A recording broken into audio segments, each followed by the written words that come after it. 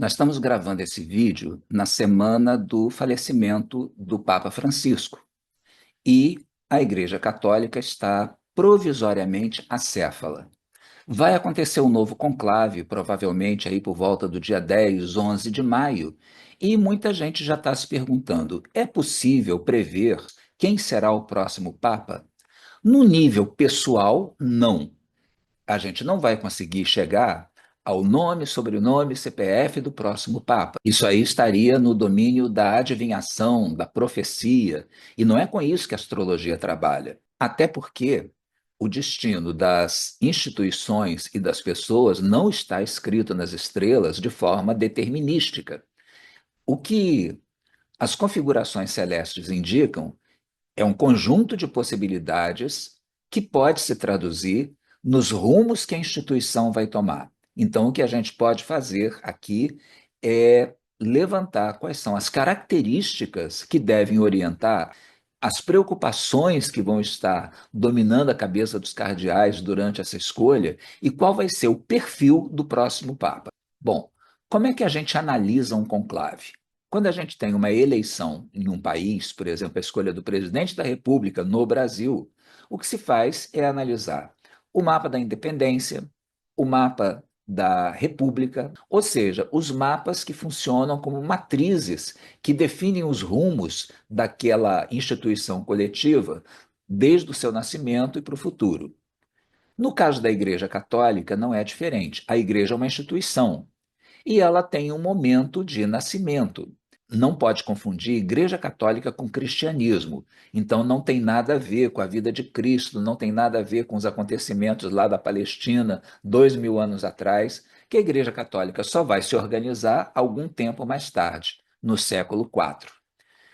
Agora, muita gente toma como base para fazer previsões para a Igreja Católica este mapa aqui, que é o do reconhecimento do Estado do Vaticano pela Itália fascista, ou seja, pelo governo de Mussolini no ano de 1929. Esse mapa não é a melhor escolha, até porque, naquele momento, o Estado do Vaticano não estava sendo criado, mas estava sendo recriado, restaurado, porque ele é muito mais antigo do que isso. O que aconteceu é que, no século XIX, quando houve todo aquele movimento da unificação italiana, e antes ainda, até com as guerras napoleônicas, a área que era ocupada pelos estados pontifícios foi ocupada por tropas francesas e depois por tropas italianas, e o Papa ficou confinado lá no seu palácio sem um território sobre o qual ele tivesse uma verdadeira hegemonia. Então, o que houve em 1929 é uma restauração de uma situação anterior. Vamos lá para trás, então, ver como é que isso aconteceu. Inclusive, para muitos historiadores, esses acontecimentos de 1929 ainda são meio nebulosos. O Papa, na época, era esse aqui, o Pio XI. Pio XI havia assumido em 1922 e ele foi enfrentando uma situação cada vez mais crítica na Europa, que tinha saído de uma Primeira Guerra Mundial e que estava marchando de uma maneira assim muito clara para uma Segunda Guerra Mundial e vendo a ascensão de regimes nazista e fascista. No caso da Itália, o fascismo do Mussolini, esse aqui à direita. Então, o que houve foi uma negociação diplomática muito delicada do Papa Pio XI com as autoridades fascistas italianas para conseguir um reconhecimento através de um tratado de uma autonomia do Vaticano, que é praticamente um bairro de Roma, é um dos menores estados do mundo. E então é praticamente um país simbólico. Mas ele já foi um país, na verdade, com uma área, uma extensão territorial muito grande em períodos anteriores, especialmente na Idade Média. Contando a história do início, isso é rápido. Durante os primeiros séculos, o cristianismo foi uma religião clandestina. Não havia liberdade de culto no Império Romano e os deuses oficiais eram outros, que eram deuses pagãos adaptados do panteão grego, Júpiter e Vesta e por aí afora. O cristianismo, então, ele vai se desenvolver de uma maneira quase subterrânea, nas camadas mais pobres da população, E durante várias décadas, durante um bom período do Império Romano, o cristianismo foi perseguido com prisão em massa de cristãos, com execuções, com crucificações, com espetáculos no Coliseu, com feras devorando cristãos. Ou seja, a barra era muito pesada para eles. Mas eles persistiram e, pouco a pouco, começaram a ganhar, inclusive, uma penetração dentro do próprio exército romano. Até que chegou um ponto que era como se fosse assim uma barragem, né? Uma represa prestes a arrebentar. Não havia mais como segurar o crescimento do cristianismo dentro do império. O imperador Constantino, no ano de 312, ele pressentindo que ele teria uma base de apoio muito maior na guerra que ele estava movendo naquele momento contra um rival chamado Maxêncio. Se ele adotasse o cristianismo como bandeira, então, supostamente, ele teve um sonho, uma visão em que era entregue para ele uma espada e ele via um estandarte em que tinha uma frase: sob esse símbolo vencerás. E era uma cruz cristã. E ele, como conta a lenda, no dia seguinte acordou inspirado por esse sonho e declarou que ele ia lutar usando a cruz de Cristo como símbolo, e que se ele fosse vitorioso na batalha, ele iria reconhecer o cristianismo como religião, ia dar liberdade de culto aos cristãos. Ele efetivamente vence o Maxêncio e no ano seguinte, através do Edito de Milão, ele promove a liberdade de culto para os cristãos, que a partir daí não foram mais perseguidos. Em 325, com o cristianismo já como uma religião semi-oficial, era uma das religiões aceitas legalmente dentro do Império Romano, o Constantino convoca o Concílio de Nicéia. Foi o primeiro concílio ecumênico, ou seja, o primeiro concílio em que todas as autoridades da nova igreja em formação foram convidados e se reuniram numa cidade da Ásia Menor, atual Turquia, chamada Nicéia. Esse quadro aqui representa exatamente isso: o imperador Constantino no meio e os bispos da igreja cercando por todos os lados. Bem, o Concílio de Nicéia faz o quê? É o momento em que a igreja se organiza como instituição. Ela aprova alguns dos seus dogmas, ou seja, daquelas verdades reveladas que ninguém pode contestar e que mais tarde vão ser motivo, inclusive, de mandar as pessoas para a Inquisição, os hereges, em que ela define uma liturgia, ou seja, a maneira como o culto era conduzido, como as missas aconteciam e assim por diante, e ela emerge desse concílio como uma religião estruturada e com uma casta sacerdotal hierarquicamente definidas, ou seja, com uma estrutura de poder. Ela passa a ser uma instituição que não apenas tem uma força espiritual, mas que também tem uma organização temporal, uma organização no mundo material. E a coisa talvez assim mais simbólica do Concílio de Nicéia foi a aprovação do credo cristão, aquele que começa com creio em Deus Pai, etc, etc, todo mundo já ouviu, e que essa aprovação ocorre no dia 19 de junho do ano de 325, no dia do fechamento do Concílio de Nicéia. Está aqui o mapa. O que é que chama a atenção de vocês? Eu até marquei aqui, é uma conjunção de Urano com Plutão. Interessante, né? Urano com Plutão, a gente esperaria de uma instituição cristã, talvez um aspecto de Netuno, talvez um aspecto importante de Júpiter, se bem que o Júpiter está aqui em conjunção com Urano e Plutão. Mas o que mais se destaca aqui é Urano e Plutão, porque é uma conjunção mais rara, ela acontece no mínimo, a cada 116 anos, e ela vai estar por trás de muitos momentos importantes da história da Igreja Católica. Então, essa tríplice conjunção em Aquário marca o início da Igreja Católica como instituição estruturada. Algum tempo depois, no ano de 380, o imperador Teodósio, isso já num período de decadência do Império Romano, o imperador Teodósio resolve decretar que a Igreja Católica, a partir daquele momento, passa a ser a religião oficial do Império Romano. Ou seja, não é mais uma religião permitida, consentida pelo Império, e sim a religião que representa o poder espiritual do próprio Império. Religião oficial e, portanto, única.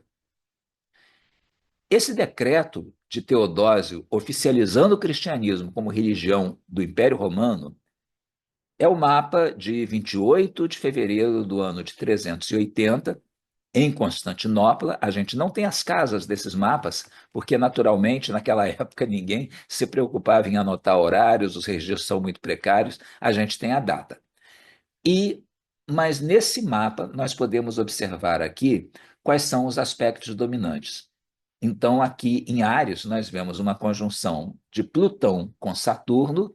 Olha que aspecto duro, hein? Um aspecto difícil. Aspecto de Plutão com Saturno, que está ligado muitas vezes a perseguições, está ligado a genocídio, está ligado à imposição de poder de uma maneira assim, muito radical, mas ele está aqui presente no momento da oficialização do cristianismo como religião oficial do Império.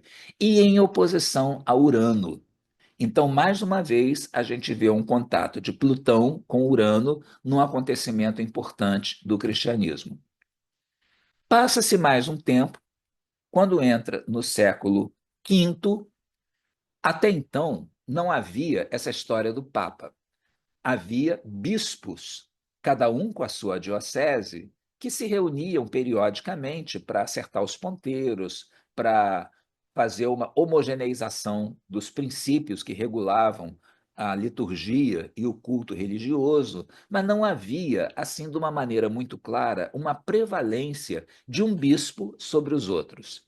Foi com esse Papa aqui, foi com Leão I, depois ficou conhecido como Leão Magno, virou santo, São Leão, é que finalmente existe uma afirmação de Roma como a sede da religião cristã e o bispo de Roma como aquele que exerce uma função hierarquicamente superior a todos os demais bispos. Ele é o comandante da igreja cristã. O argumento para isso, usado pelo Papa Leão com muita habilidade, foi aquela história de Jesus ter escolhido Pedro como aquele que iria ser o responsável pela sua igreja. Pedro tem uma relação com pedra, né? Então é a pedra sobre a qual será erigida a religião cristã.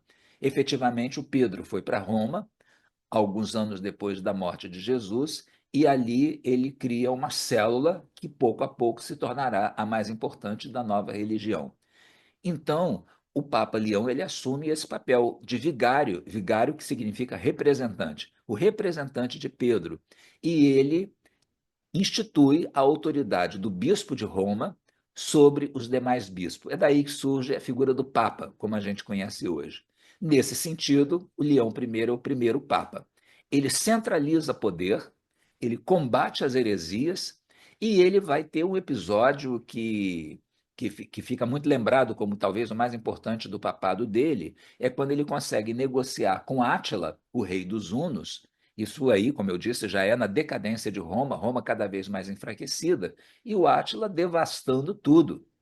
E ele consegue sair em campo aberto, negociar com Átila ah, uma preservação da cidade de Roma e que os cristãos em Roma sejam poupados. Efetivamente, Átila se afasta de Roma sem fazer o genocídio que ele havia cometido em outras regiões do império.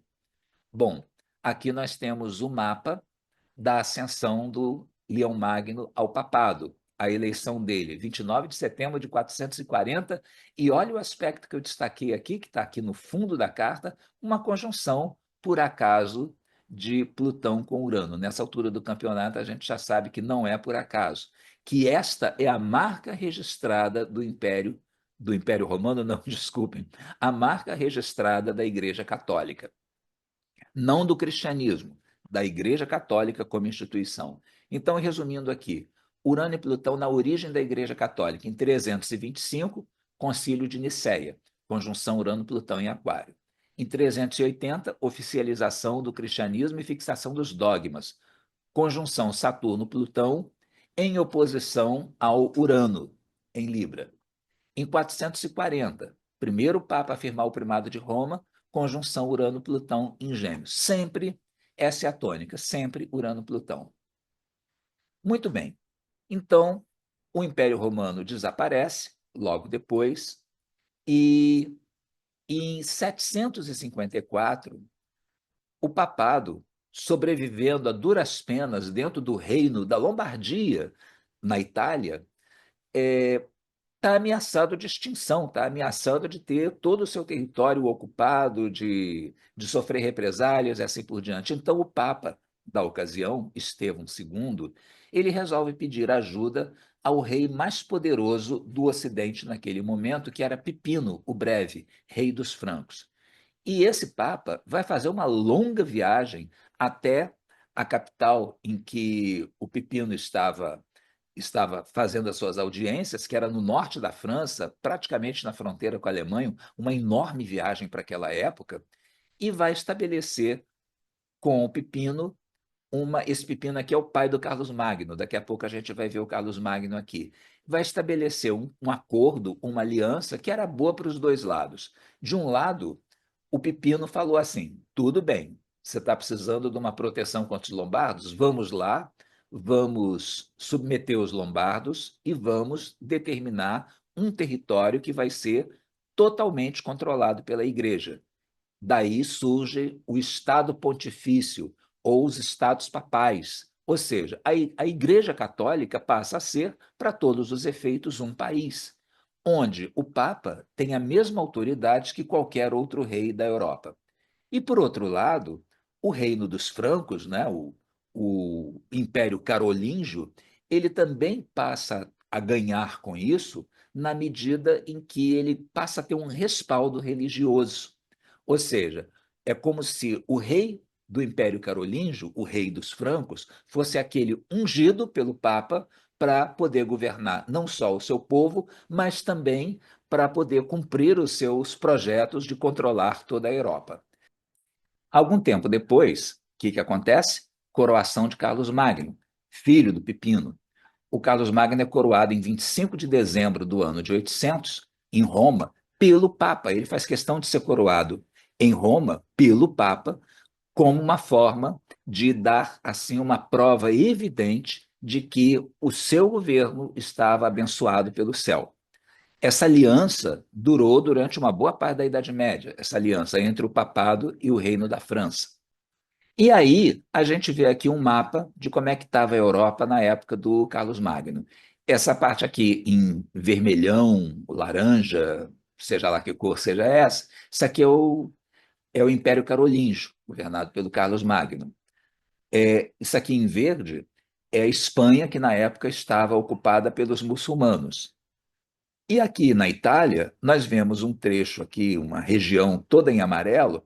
Essa região toda em amarelo são exatamente os estados pontifícios, ou seja, aquele país, um verdadeiro país, que ficou sob a administração da Igreja Católica.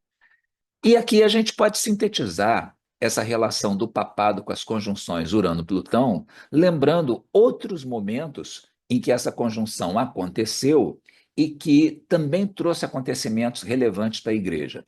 1090, a conjunção acontece em Áries e o Papa Urbano II simplesmente convoca a Primeira Cruzada. Logo depois, 1090 foi a conjunção, 1095 a convocação da Primeira Cruzada pelo Papa.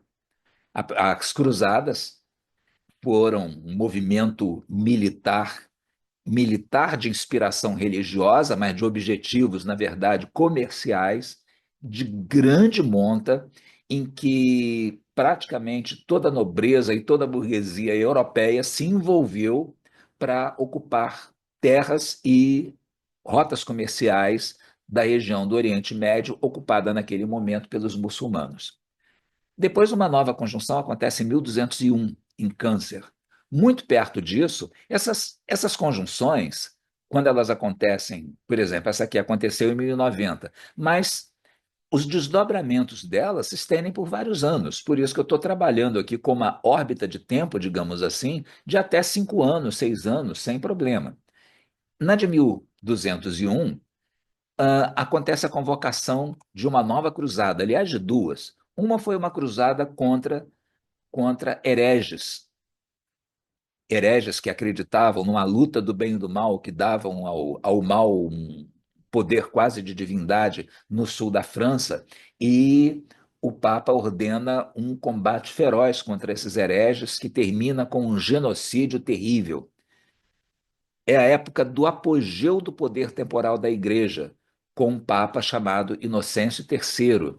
E ele também vai influenciar a realização de uma nova cruzada, a Quarta Cruzada. Essa cruzada seria destinada à Terra Santa, a reconquistar Jerusalém, mas por influência do papado e de Veneza, ela é desviada para Constantinopla, para saquear Constantinopla e para tentar submeter Constantinopla outra vez, que havia se separado da Igreja Ocidental 2 séculos antes, para tentar submeter Constantinopla outra vez e reintegrá-la à Igreja Católica. Olha só, genocídio, saque, cruzadas, tudo isso aí acontecendo nas conjunções Urano-Plutão. 1343, a Igreja a igreja solta uma bula, bula é um decreto papal, chamada Unigênitus, para justificar o poder papal, a tal história da origem divina do poder do Papa, e a concessão de indulgência. Indulgência é aquele negócio assim, você paga uma grana e você garante o teu lugar, você garante assim a remissão de seus pecados e, portanto, você tem mais segurança de que você não vai para o inferno quando você morrer. Então, isso aqui acontece sob também uma conjunção de Urano-Plutão. Já de 1455, a Igreja simplesmente autoriza e incentiva a escravização dos negros africanos.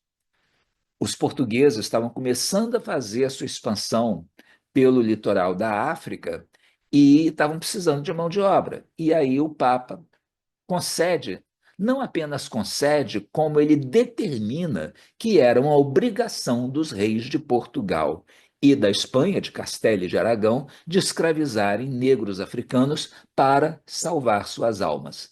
Olha como é que essa mistura de política com religião vai acontecendo e se manifestando de uma maneira mais intensa, exatamente sob as conjunções Urano-Plutão. Isso aqui é um quadro que representa a pregação da realização da primeira cruzada pelo Papa Urbano, lá no ano de 1095, numa cidade do sul da França chamada Clermont. E aqui, cenas do ataque a Constantinopla em 1204 pelos cristãos do Ocidente. Vocês estão vendo que são cenas extremamente barra pesada, que são combates brutais. Aqui, uma cena de escravização de africanos, a partir daquela bula papal de 1455. Todo esse período da Idade Média é um período em que a igreja está atuando fortemente, pesadamente na esfera política e também militar. Bom, seguindo com as conjunções Urano-Plutão, a que mais nos interessa, a última conjunção Urano-Plutão, a de 1965, é o momento em que termina o Concílio Vaticano II. Esse concílio foi convocado e se inicia quando a conjunção Urano-Plutão em Virgem dos anos 60 estava em formação. Todo o concílio acontece com essa conjunção no céu, e no momento em que a conjunção está no auge, ele se encerra com as conclusões finais. Bem, e aqui uma foto impressionante do Concílio Vaticano II, em 1965, com toda a pompa e circunstância de todos os cardeais do mundo reunidos ali.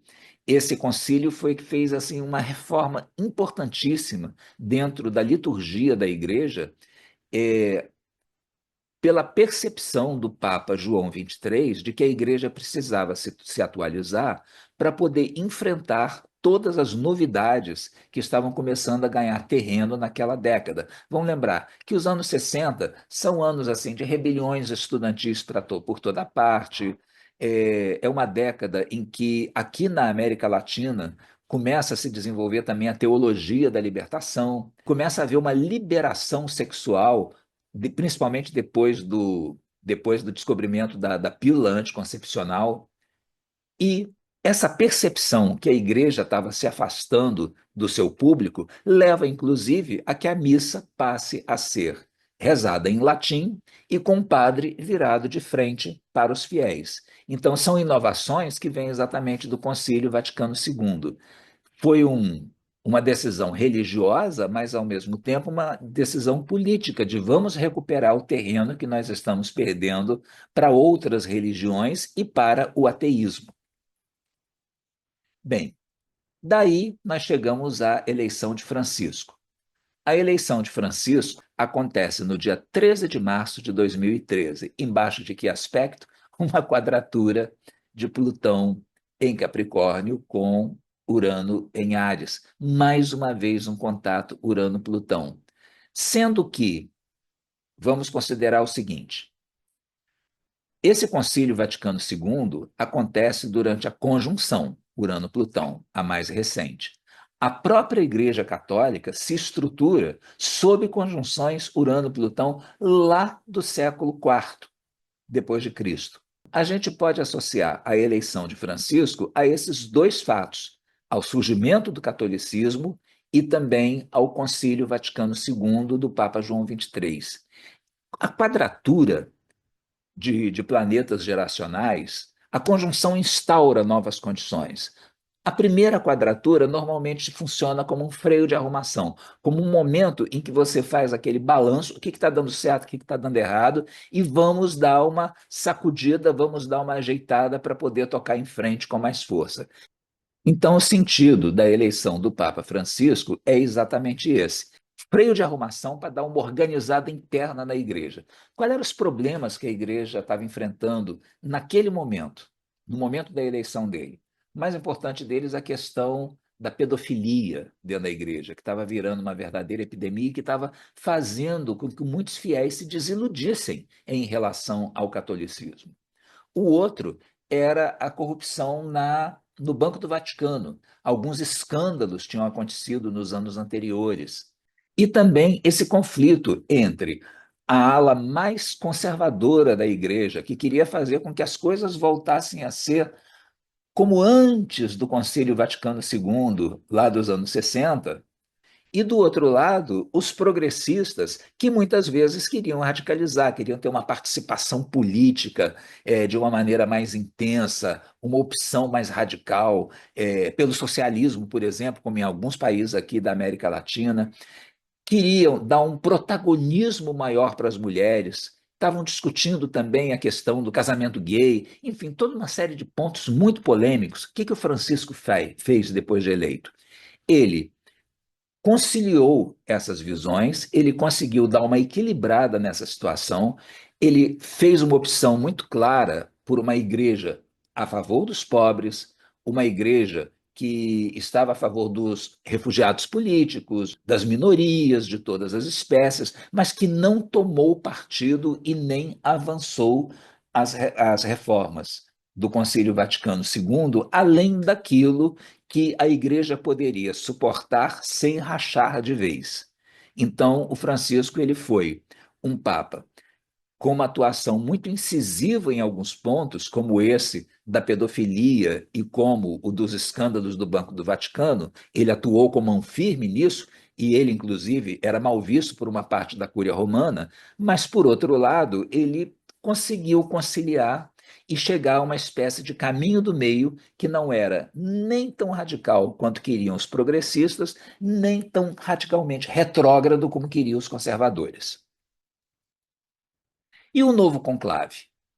A estimativa é que a escolha do novo Papa aconteça em algum momento aí por volta do dia 11 de maio. Quer dizer, está muito perto, daqui a pouco a gente já vai saber qual é o novo Papa. E aí a gente olhando aqui, eu fiz um mapa só com os planetas geracionais para a gente poder ter um foco exatamente naquilo que nos interessa. Dessa vez, nós não temos nem conjunção nem quadratura Urano-Plutão. Então, dessa vez, a gente não vai ter uma ação tão pesada, voltada para dentro da igreja, voltada para fortalecimento tão grande do poder do governante da Igreja Católica, nós vamos ter um trígono. O trígono funciona de uma maneira mais suave, de uma maneira mais macia, e, por outro lado, teremos uma conjunção de Saturno e Netuno, Saturno no finzinho de Peixes, o Netuno já no primeiro grau de Áries. Gente, como é que funciona essa conjunção de Saturno com Netuno?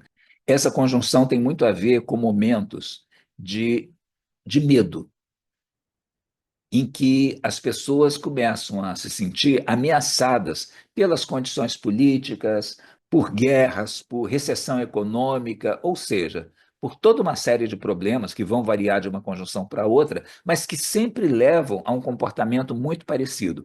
Precisamos nos proteger, precisamos nos reunir e precisamos encontrar um líder que nos leve a um porto seguro. Então, o momento que a Igreja Católica vai estar vivendo agora, nesse conclave, não é um momento tão esperançoso, tão disposto a mudanças radicais, como, por exemplo, aquele lá de 1965. E sim um momento, antes de tudo, de tendência defensiva, o que, portanto, pode nos fazer supor que vai predominar uma tendência conservadora nesse conclave. Inclusive, a imprensa já vem dizendo isso. E aí eu vou lembrar duas situações em que a gente teve aspectos de Urano e Plutão fluentes em anos anteriores. Nós tivemos isso duas vezes no século XX. Uma lá em 1922, exatamente na eleição do Papa Pio XI, aquele que eu falei lá no início, que assinou aquele acordo com Mussolini para a criação do Estado, para a restauração do Estado do Vaticano.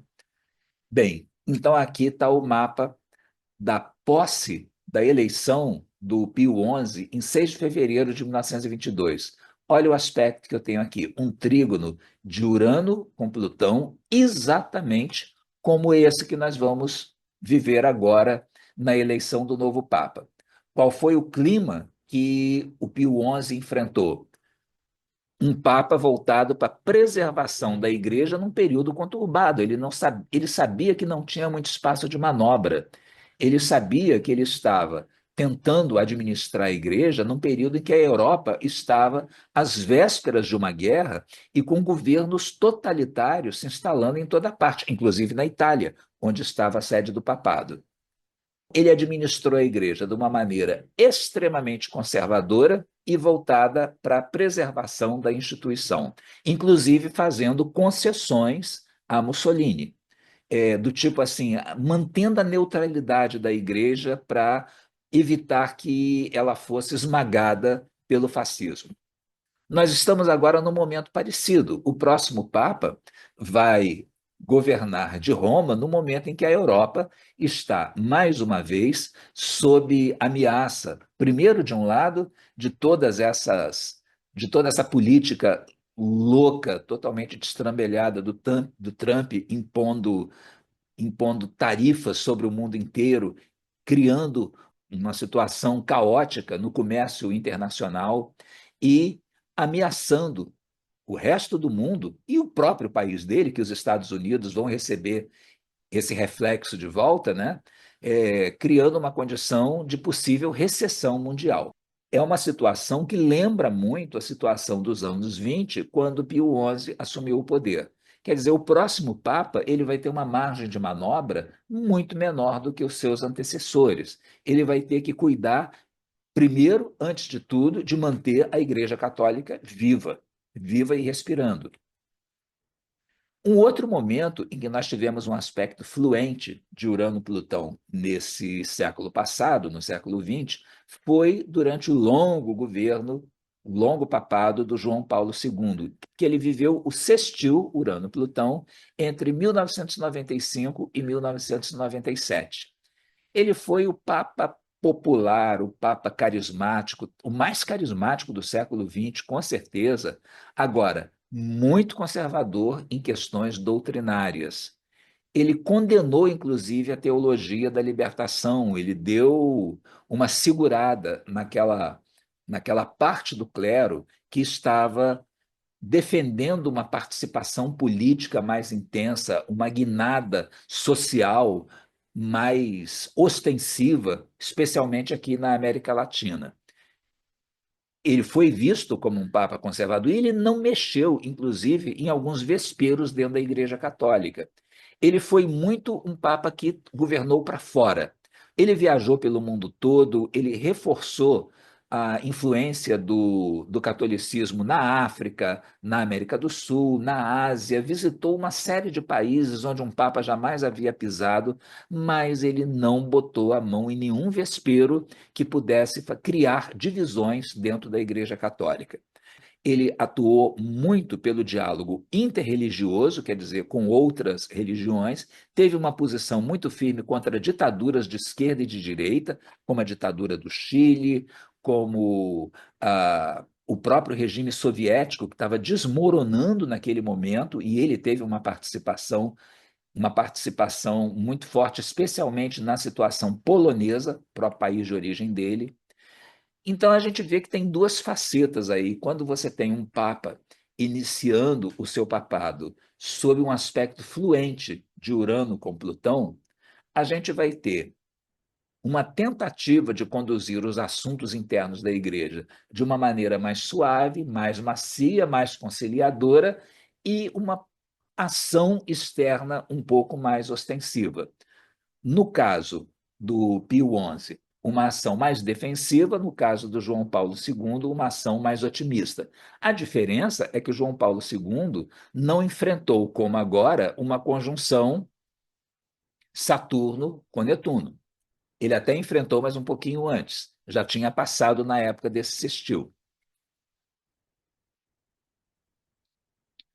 A partir de todo esse apanhado, a gente pode fazer um perfil provável do próximo Papa. Em primeiro lugar, ele deve ser conservador em questões doutrinárias. De onde que a gente está tirando isso?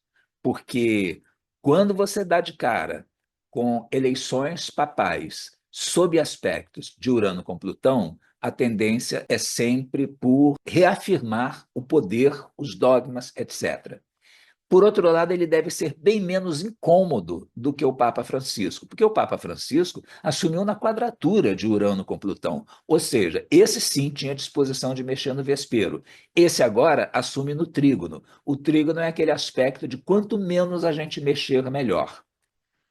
A melhor possibilidade é de a escolha de um papa que mantenha a igreja unida e que atue fortemente para fora. Nesse caso, seria um perfil mais semelhante ao do João Paulo II, se bem que é muito difícil que surja um novo papa num período de tempo tão curto com o mesmo carisma do João Paulo II, que realmente ele reunia assim características muito especiais.